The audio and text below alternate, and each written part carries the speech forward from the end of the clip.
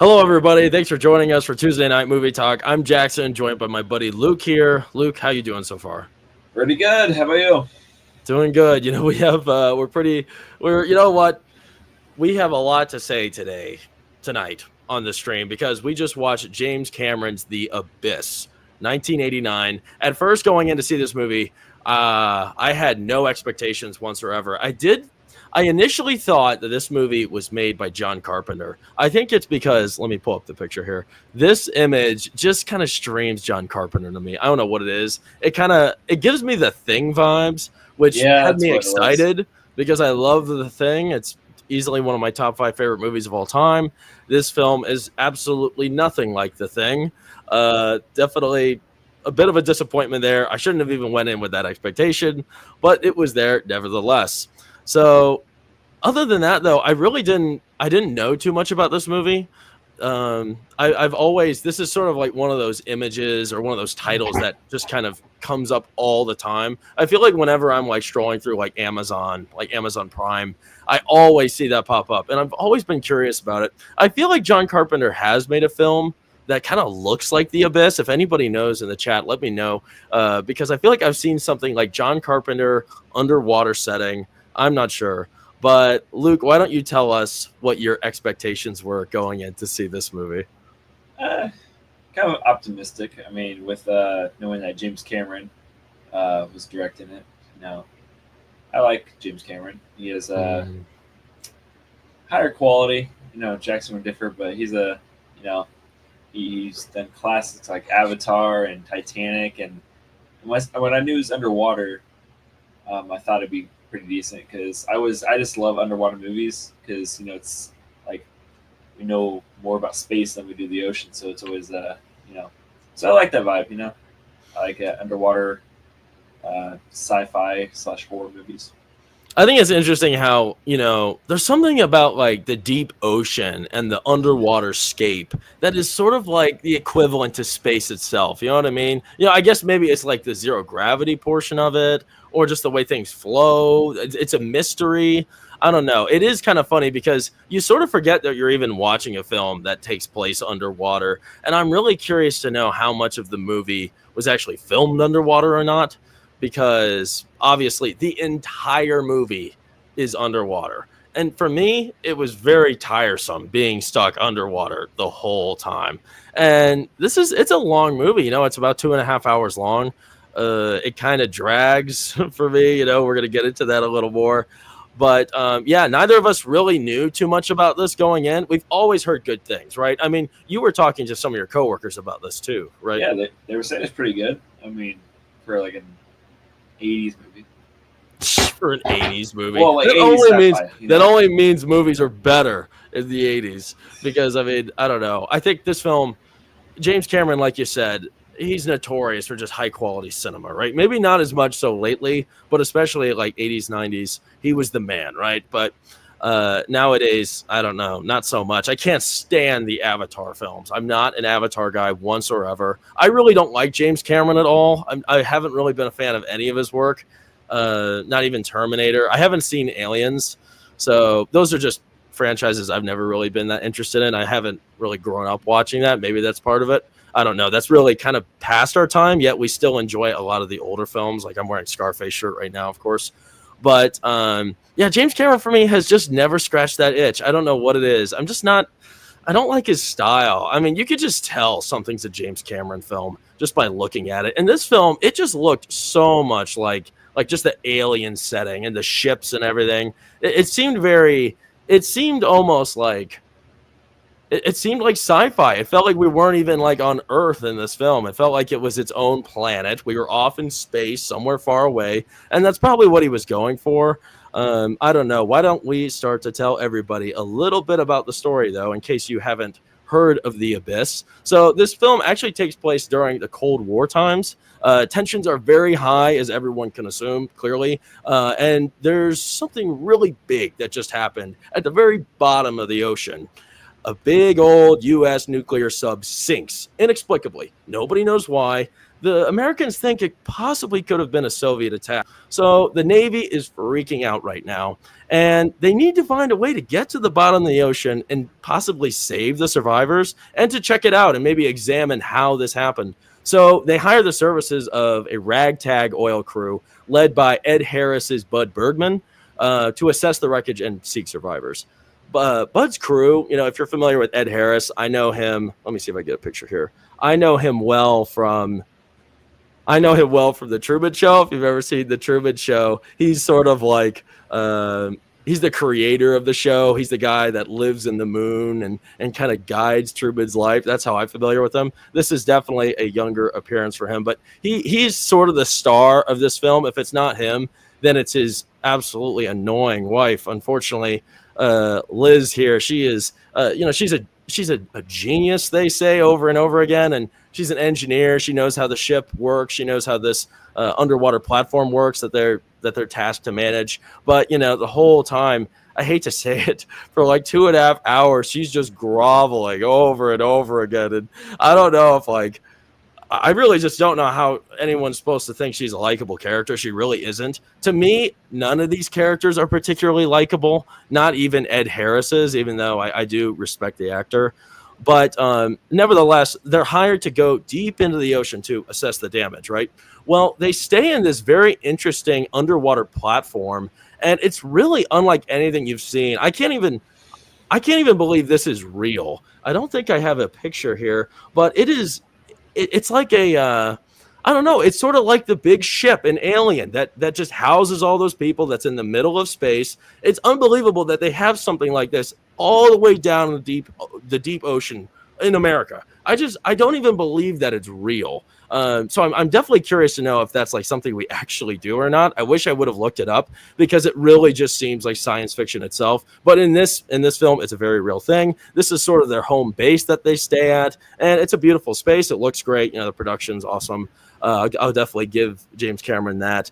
But it's also a hub for different submarines, different like mini sub craft that goes deep into the ocean to assess the wreckage. And let's just say during this trip, shit hits the fan in all sorts of ways. It's both man-made and natural. It kind of teams going both ways. Most of the time, I guess it's man-made.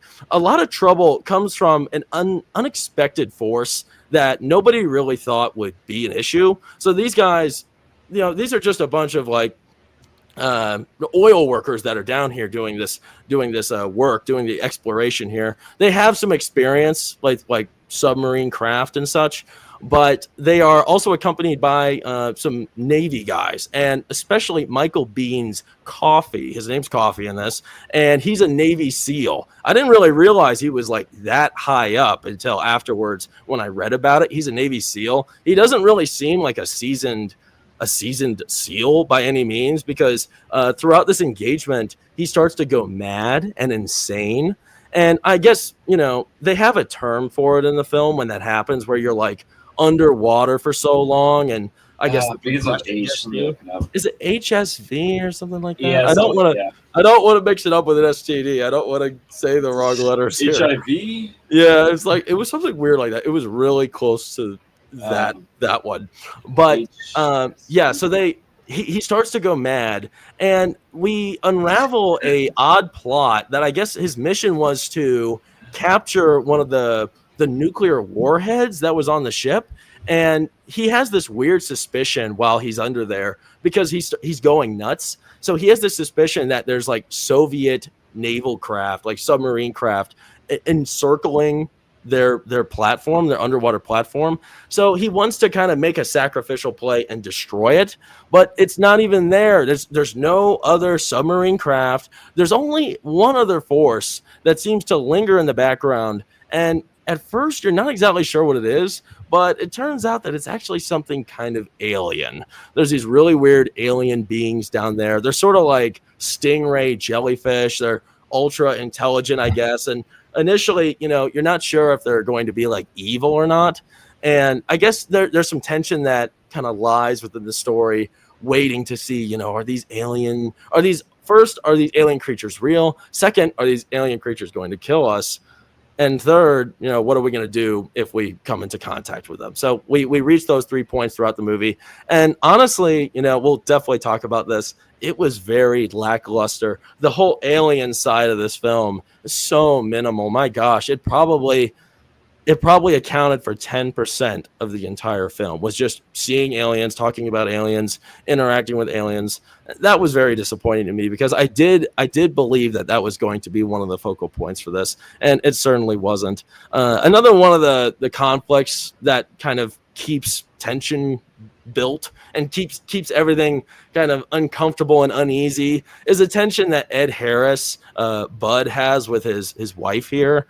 They just constantly throughout the movie just groveling and griping at each other, and that paired with their survival instincts kicking in makes for an interesting dynamic, because everybody down here becomes super desperate about halfway through the film, because like I said, shit just hits the fan, and the underwater platform as well as their subcrafts, they just fall apart, they deteriorate, and it becomes just a test of survival here. So I don't know, I know Luke and me, I think we pretty much have similar thoughts about this, but Luke, why don't you get us started and just give us your thoughts? Tell us what you thought of the movie. Did you have an enjoyable experience? Let us know. Usually when I'm watching a movie that I'm not interested in after watching for a while, I tend to get very sleepy. And this hasn't happened yet ever since tonight. Like, that's why I kept on getting up to drink more soda and pop and everything to wake myself up. Because I was telling you, it's not because I was like bored, but it's just I was trying to process the point of the movie for so long that I was kind of getting bored of it. So I was like, oh, I kind of get that. Were the aliens? Why are we just not talking about the aliens anymore? Or are they just gone? I didn't really get their point at all. I mean, they kind of just stared at you for like a second. Mm-hmm. They were just gone. And I was more impressed by like the drama between the Navy SEAL and the couple. I mean, that was just seeing his HPV. HPV. Yeah, looking at it, just like once Jackson told me about that, syndrome, I was like, oh wow, that makes sense. That can make you real stir crazy. And I knew, you can just tell by his face. That's a bad guy face right there. Mm-hmm. Like, that's what a bad guy looks like in a movie. Kind of reminds me of that actor from Dawn of the Dead, like he's such an ass. He was like the police officer or whatever. Have you seen? I haven't seen Dawn of the Dead. No. Yeah, but he's just like this. Just looks like him. He's just kind of like Travis from GTA, kind of like that. Oh yeah, I gotcha. Yeah. Yeah, but he just that was my favorite part, just watching him go berserk. And, He was cool. Yeah, he was probably the most interesting character in the bunch, really. I liked how erratic he got. He went pretty nuts. I mean, other than him, though, it's just I really wasn't too interested in any of these characters. And I mean, you spend a lot of time with them. I mean, you really bounce between these two, his wife and Ed Harris. And, this guy, he gets a decent amount of screen time himself as well. But I don't know. It just wasn't really, for these kinds of stories, I mean, it's so character based that you've got to fall in love with these characters. And I didn't fall in love with either of these. And just like you, I was really bored. My gosh, was I bored. I don't know if it was like, I think it was definitely because of the characters. I wasn't attaching myself to the characters. I just didn't find them amusing or entertaining. Also, it was like, I feel like it's a complicated story. They use so much like engineer lingo, scientific lingo, that it's like, I don't know. I got a little lost like listening to them, and I don't know. There was a few moments where I just kind of checked out. I was like, I don't know. It's like, and once that happens, it's hard to get back into it. So, I mean, that's not our fault. It's not our fault they veered off like that. And initially, I thought the point was we were going to get an exciting interaction with these aliens, but no, it just didn't really happen very much. Which was disappointing. I also believed that it was going to have a horror aspect to it, because initially, this is just my own fault, like I said, but John Carpenter, this looked like John Carpenter. I mean, when you look at this poster, how do you not think this is going to be a horror film? This just looks like a horror film. It was not scary at all. Not a single thing was scary about it, and definitely more of a melodrama. I think, Yeah.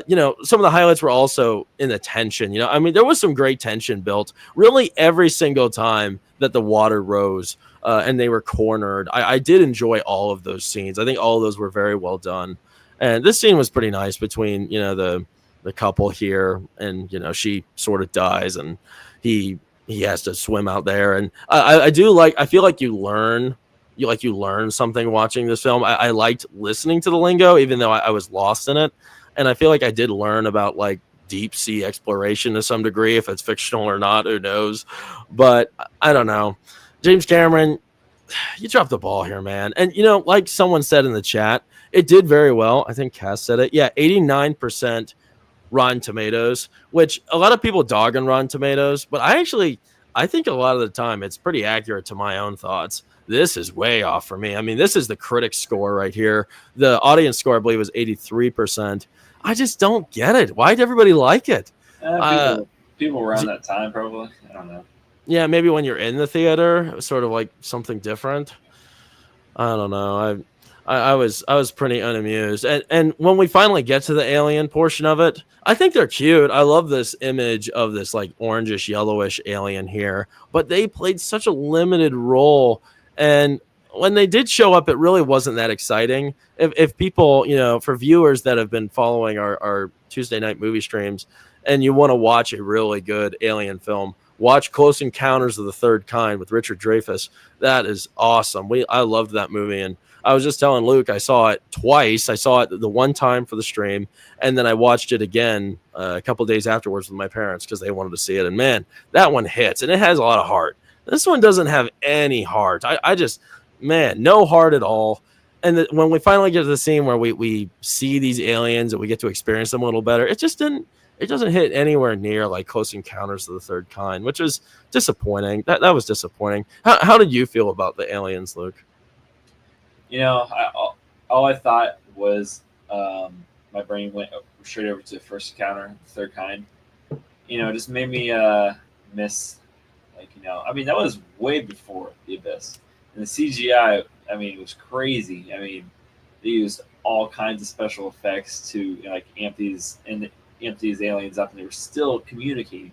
This movie, Close Encounters, 1977. Yeah. Yeah. 77 and 89. That's a pretty big difference. Yeah. So, you think that they try a little harder, or they just made it look like a little, like you said, a little cute. Mm-hmm. I don't even know what to call it, a cute little alien. I mean, I think my favorite, confrontation between the, what's her name? I think Liz and the water snake, whatever it was. Oh yeah, I think that was the best part. Yeah, the aliens. It developed curiosity, right? Yeah. Oh yeah, big time. So I didn't think much of them, honestly. It looked like electronics floating around for a little bit. You make a good point. I love that you mentioned how it's like, Close Encounters of the Third Kind is like, what is it, like 12 years older than this? And it looked better. It looked better. It's so weird. And I mean, this is James Cameron. I mean, most people like him a lot. I just don't like him. I've never liked his style. This is not my thing. I remember when this guy showed up, Michael Bihn's character, Coffee, I was trying to figure out how I knew him. I thought it was Robert Patrick, but it's not Robert Patrick, obviously. Michael Biehn.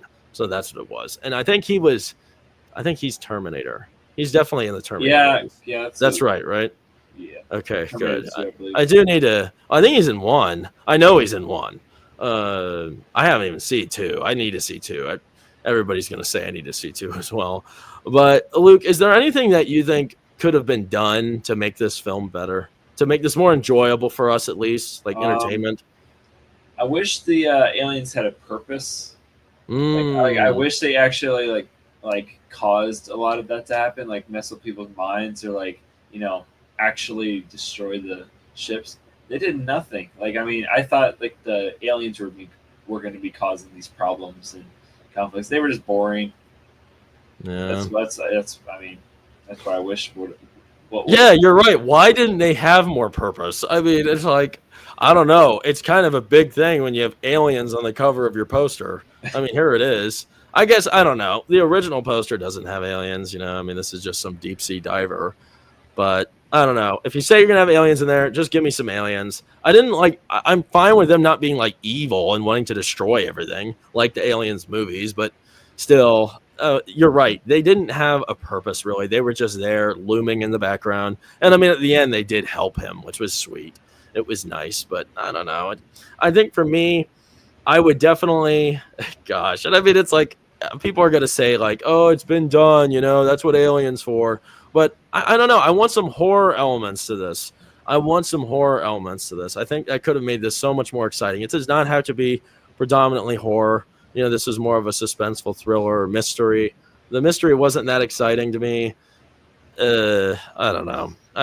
Maybe just give us some more likable characters Hey, too. Jackson, Yeah. really quick, you have to defend yourself. Practical here. I know. You haven't seen Terminator 2? Gotta see Terminator 2. Blasphemy. Blasphemy, he says. Bro, do you have any idea how hard it was to make this movie at all? Well, no, actually, Practical, if you want to enlighten us, feel free to tell us. I need we just, okay, great. Good.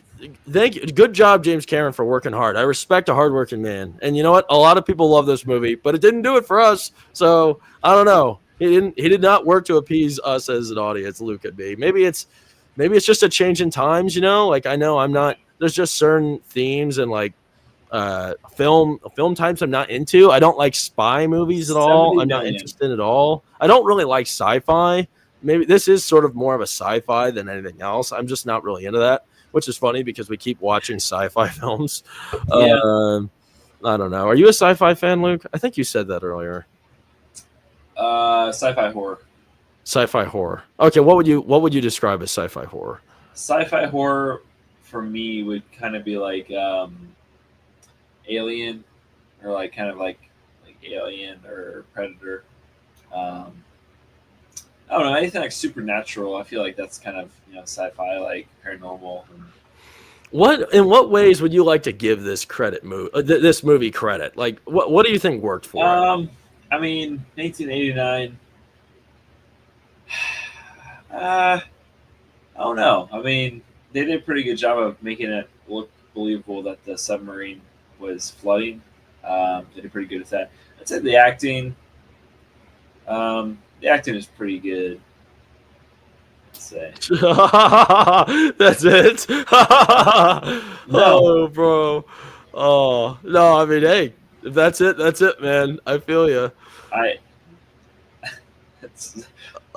That's it. Okay. Well, let's see. For me, I guess the acting. The acting was good. I think they did a good job with what they had. Just not really that all that outstanding. I wish this guy Michael Biehn would have been more nuts. I wish he would have went absolutely insane and maybe like killed some of the members on the ship. I think that would have really made him out to be like a psyched like villain. But yeah, go absolutely nuts, Michael Biehn. Brown Eyes, I kind of do like the X-Files. I used to watch it a lot when I was younger, but what's up, Brown Eyes? For a while, I think Ghost Adventure is really like. I guess they're remaking the X-Files. Of course they are. Really? Somebody big is doing it. I can't remember who. It's like somebody like respectable. So I think it has a chance. I can't remember. Oh wait, I think it's Ryan Coogler. I think I heard he's remaking the X-Files. Brown Eyes, you know me so well. Brown Eyes knows you, man. Well, I think that's. Geez, I mean, there's not too many other positives I would throw in the ring. Let's talk to the chat and see what everybody else has to say real quick. Rocktophile, what's up, guys? How we doing tonight? We're doing good, man. We're doing good. Hey, Cass.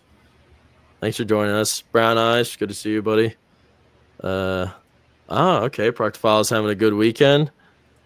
You guys see Drinker's production hell video on the Abyss? No, I didn't. Oh, okay. That's interesting. I'd be curious to see that.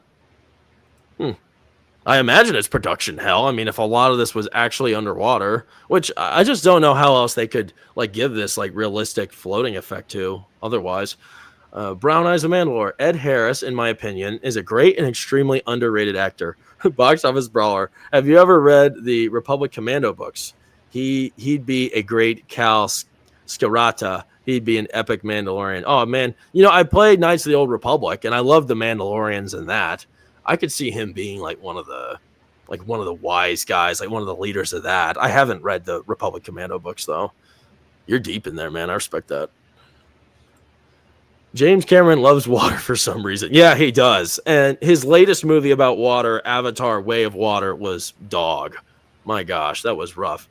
Okay, good. Cassie doesn't like it either. Avatar is definitely not my cup of tea. Never watched it. I never will. You're lucky, Luke.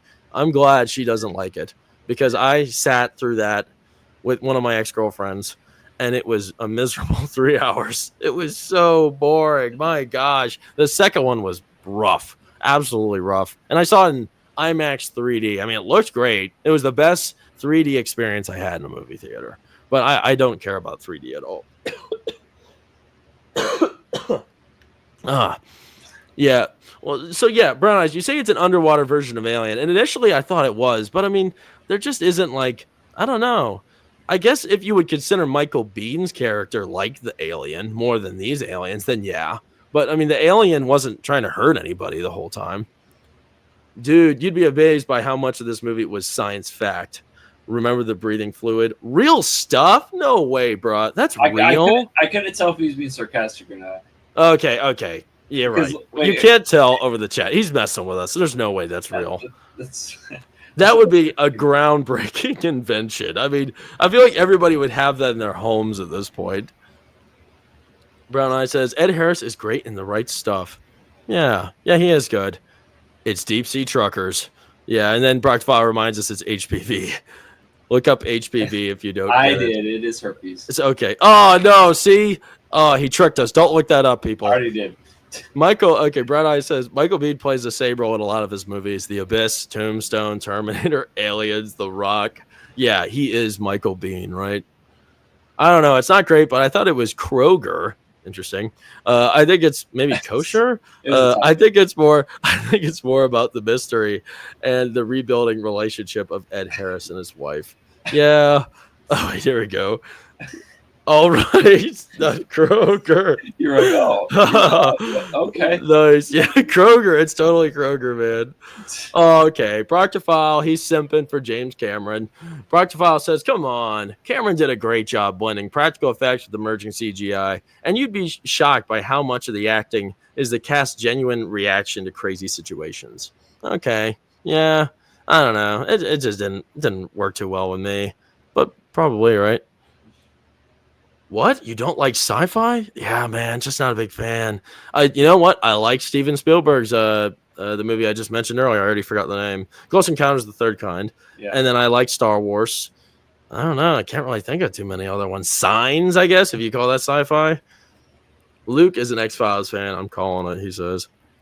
Okay, good. Proctophile, you sent me Drinker's video. Let's see.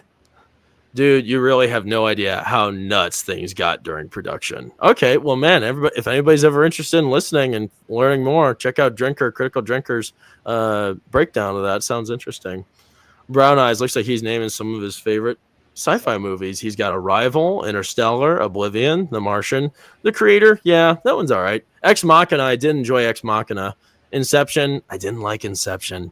Gattaca, Dark City, The Fountain. Okay. Have you seen any of those, Luke? I've seen Interstellar.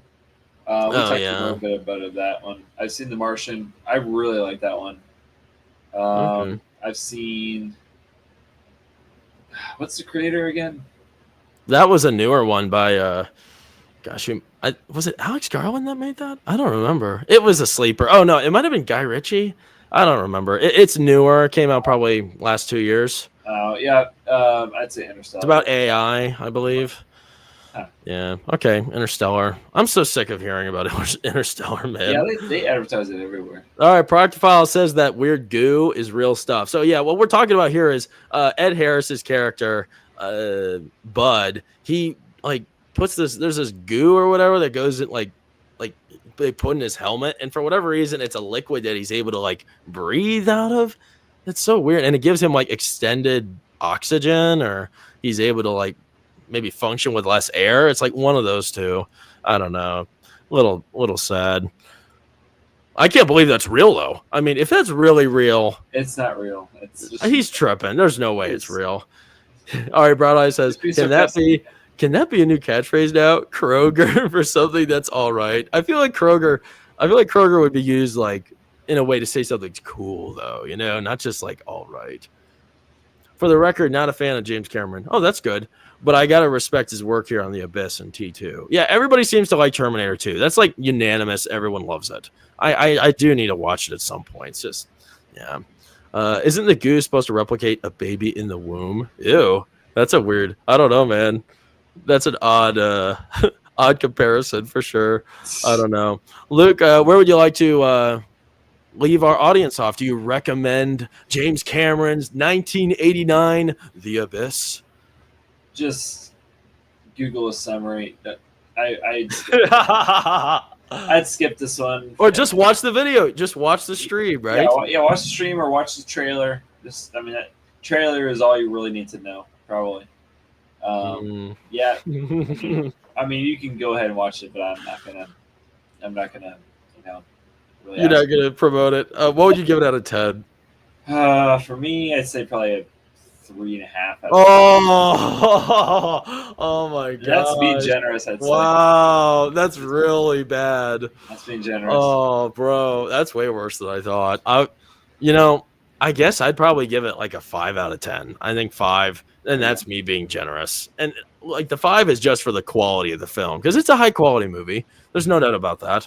It deserves respect, but it's just not. It didn't work for us. But thank you everybody for talking with us in the chat. Today's a little shorter, just because there's not much to say about this film for us. We really weren't too passionate about it, and I just don't think it was that elaborate to the point where you need to break down a ton of material here. And if there's anything we missed that you think maybe we should talk about at some point in time, let us know in the comments below. And if you enjoy what we had to say, sorry, Parks Files. I want to point out that I think I know that he is right now.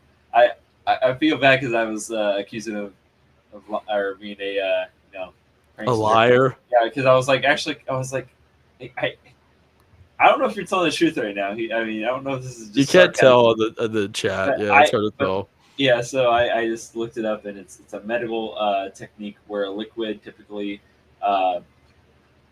fluorocarbon, whatever, like perfluorobond, I don't know these words, is instilled into the lungs to facilitate gas exchange. Oh, weird. Wow. Okay, I guess it exists. I would not have heard that before. I kind of want to try it out, Do you want to try it out? Unless you plan on go on like a pool or something, and yeah, I'm down.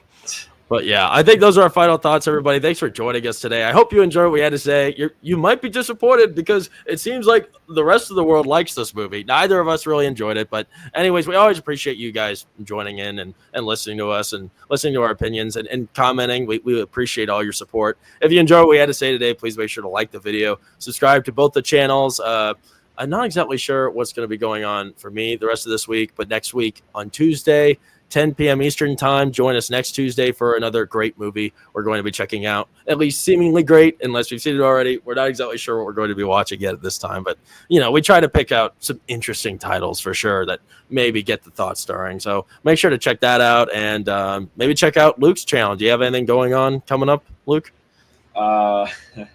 Maybe a stream Friday night. Probably Repo. Okay. Everybody likes that game but me. I don't like Repo. Fun. It's not that fun. I like Lethal Company. Have you heard of that? No, I didn't like Lethal Company either. Really? I did play it. Yeah, it's the same concept, but I'm just a phasmophobia guy. I just play ghost hunting games. That's all. Okay. Well, I think I like some of those are pretty good. But yeah. Anyways, thanks everybody for joining us. We had a really good time with you, and we'll see you guys next time.